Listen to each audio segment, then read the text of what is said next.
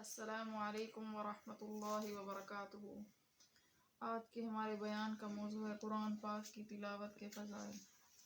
اس سے پہلے آپ ہمارے چینل کو سبسکرائب کریں، بیل آئیکن کو پریس کریں، لائک اور شیئر کریں۔ نحمدہ ونصلی علی رسولہ الکریم، اما بعد فاعوذ باللہ من الشیطان الرجیم، بسم اللہ الرحمن الرحیم۔ حدیث میں ہے، حضرت انس رضی اللہ عنہ نے روایت کیا کہ رسول اللہ صلی اللہ علیہ وسلم نے فرمایا، تم میں سے جب کوئی شخص یہ چاہے کہ وہ اپنے رب سے مناجات و گفتگو کرے، اس کو چاہیے کہ قرآن شریف کی تلاوت کیا کرے۔ اللہ تعالیٰ کی تلاوت۔ حضرت برادہ رضی اللہ عنہ نے حضور صلی اللہ علیہ وسلم کا ارشاد نقل کیا ہے کہ اہل جنت روزانہ حضرت جبار رضی اللہ عنہ کے پاس 2 مرتبہ جائیں گے اور رب تعالیٰ ان کے سامنے قرآن پاک کی تلاوت فرمائیں گے، اور ان میں سے ہر جنتی اپنے اعمال کے درجے کے موافق موتی، یاقوت، زمرد اور سونا چاندی کے ممبروں کی ایک مخصوص نشست گاہ پر قرار پذیر ہوگا۔ تو اہل جنت کو تلاوت الہی سے جس قدر حظ و لطف اور آنکھوں کی ٹھنڈک حاصل ہوگی، اس قدر کسی بھی نعمت سے حاصل نہ ہوگی، اور ایسی عظیم اور حسین آواز آج تک ان کے سننے میں نہیں آئی ہوگی۔ پھر اگلے روز ایسے ہی نعمت کے حصول تک وہ لوگ خوش بخوش اپنی منزلوں اور فرحت بخش نعمتوں کی طرف لوٹ جائیں گے۔ تلاوت والے گھر میں برکت۔ حضرت انس رضی اللہ عنہ فرماتے ہیں، جس گھر میں قرآن شریف پڑھا جائے تو اس میں فرشتے حاضر ہوتے ہیں اور شیاطین دور بھاگ جاتے ہیں، اور اپنے رہنے والوں کے لیے وہ گھر فراخ اور کشادہ ہو جاتا ہے۔ اس میں خیر و بھلائی زیادہ ہو جاتی ہے اور شر و فساد کم ہو جاتا ہے۔ جب گھر میں قرآن شریف نہ پڑھا جائے تو اس میں شیاطین حاضر ہوتے ہیں اور فرشتے اس مکان سے دور بھاگ جاتے ہیں، اور اپنے رہنے والوں کے لیے وہ گھر تنگ و چھوٹا ہو جاتا ہے، اس میں خیر و برکت کم ہو جاتی ہے، شر اور فساد زیادہ ہو جاتا ہے۔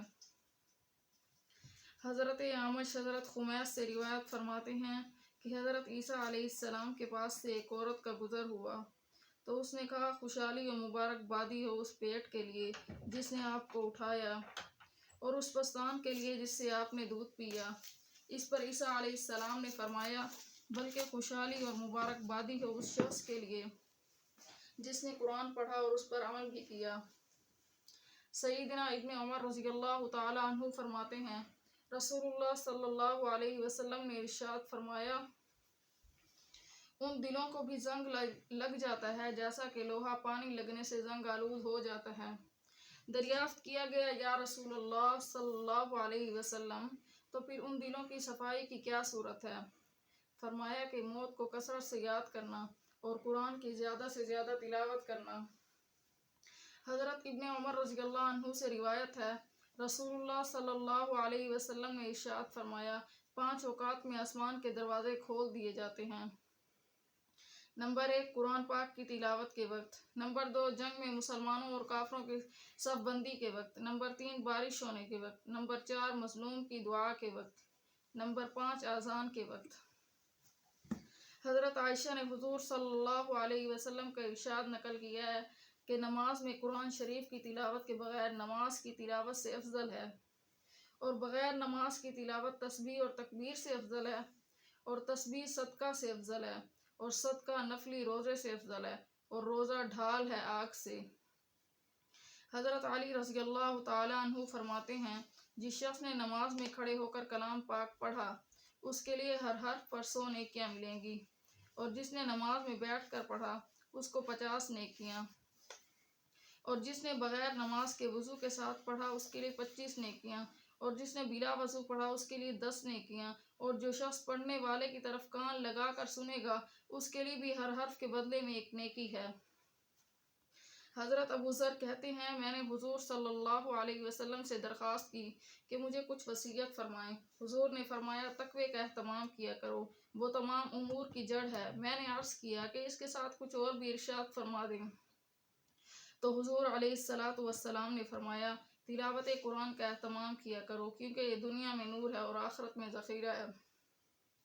حضرت شداد بن اوس سے روایت ہے، فرماتے ہیں، رسول اللہ صلی اللہ علیہ وسلم نے فرمایا، جو بھی مسلمان اپنے بستر پر لیٹتے وقت کتاب اللہ کی کوئی سی صورت پڑھ لے، اس پر اللہ تعالیٰ ایک فرشتہ مقرر فرما دیتے ہیں جو اس کے نیند سے بیدار ہونے تک کسی بھی موذی چیز کو اس کے قریب نہیں بھٹکنے دیتا، خواہ وہ جب بھی بیدار ہو۔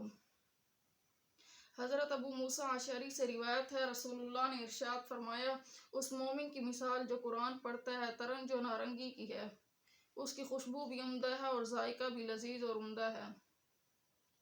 حضرت ابن مسعود کہتے ہیں، میں نے رسول اللہ صلی اللہ علیہ وسلم کو یہ ارشاد فرماتے سنا کہ جو شخص اللہ تعالیٰ کی کتاب کا ایک حرف پڑھ لے، اس کے لیے اس حرف کے بدلے میں ایک نیکی ہے اور ایک نیکی کا ثواب 10 نیکیوں کے برابر ملتا ہے۔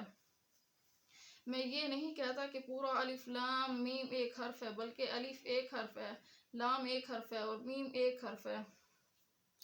امیر المؤمنین مامون کے دربار کا بیان ہے کہ اس کی عادت تھی کہ کبھی کبھی اس کے دربار میں علمی مسائل پر بحث و مباحثے اور مذاکرے ہوا کرتے تھے، جس میں ہر اہل علم کو آنے کی اجازت تھی۔ ایسے ہی ایک مذاکرے میں ایک یہودی بھی آ گیا جو صورت و شکل اور لباس وغیرہ کے اعتبار سے بھی ایک ممتاز آدمی معلوم ہوتا تھا۔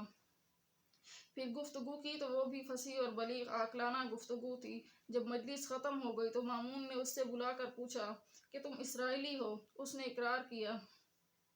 مامون نے امتحان لینے کے لیے کہا، اگر تم مسلمان ہو جاؤ تو ہم تمہارے ساتھ اچھا سلوک کریں گے۔ یہ شخص چلا گیا۔ اس نے جواب دیا، میں تو اپنے اور اپنے آباء و اجداد کے دین کو نہیں چھوڑتا۔ بات ختم ہو گئی اور پھر وہ شخص چلا گیا۔ 1 سال کے بعد یہی شخص مسلمان ہو کر آیا اور مجلس مذاکرے میں فقہ اسلامی کے موضوع پر بہترین تقریر اور عمدہ تحقیقات پیش کی۔ مجلس ختم ہونے کے بعد مامون نے اس کو بلا کر کہا، تم وہی شخص ہو جو گزشتہ سال آئے تھے؟ جواب دیا، ہاں میں وہی ہوں۔ مامون نے پوچھا، اس وقت تو تم نے اسلام قبول کرنے سے انکار کر دیا تھا، پھر اب مسلمان ہونے کا سبب کیا ہوا؟ اس نے کہا، میں یہاں سے لوٹا تو میں نے موجودہ مذاہب کی تحقیق کرنے کا ارادہ کیا۔ میں ایک خطاط اور خوش نویس آدمی ہوں، کتابیں لکھ کر فروخت کرتا ہوں تو اچھی قیمت سے فروخت ہو جاتی ہیں۔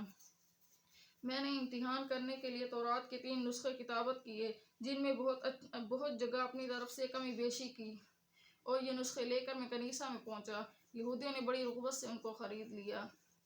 اسی طرح انجیل کے 3 نسخے کمی بیشی کے ساتھ کتابت کر کے نصارہ کے عبادت خانے میں لے گیا۔ وہاں بھی عیسائیوں نے بڑی قدر و منزلت کے ساتھ یہ نسخے مجھ سے لے لیے۔ پھر یہی کام میں نے قرآن کے ساتھ کیا۔ اس کے بھی 3 نسخے عمدہ کتابت کیے، جن میں اپنی طرف سے کمی بیشی کی تھی۔ ان کو لے کر جب میں فروخت کرنے کے لیے نکلا تو جس کے پاس گیا اس نے دیکھا کہ صحیح بھی ہے یا نہیں ہے۔ جب کمی بیشی نظر آئی تو اس نے مجھے واپس کر دیا۔ اس واقعے سے میں نے یہ سبق لیا کہ یہ کتاب محفوظ ہے اور اللہ ہی نے اس کی خود حفاظت کی ہوئی ہے، اس لیے میں مسلمان ہو گیا۔ وآخر دعوانا ان الحمد للہ رب العالمین۔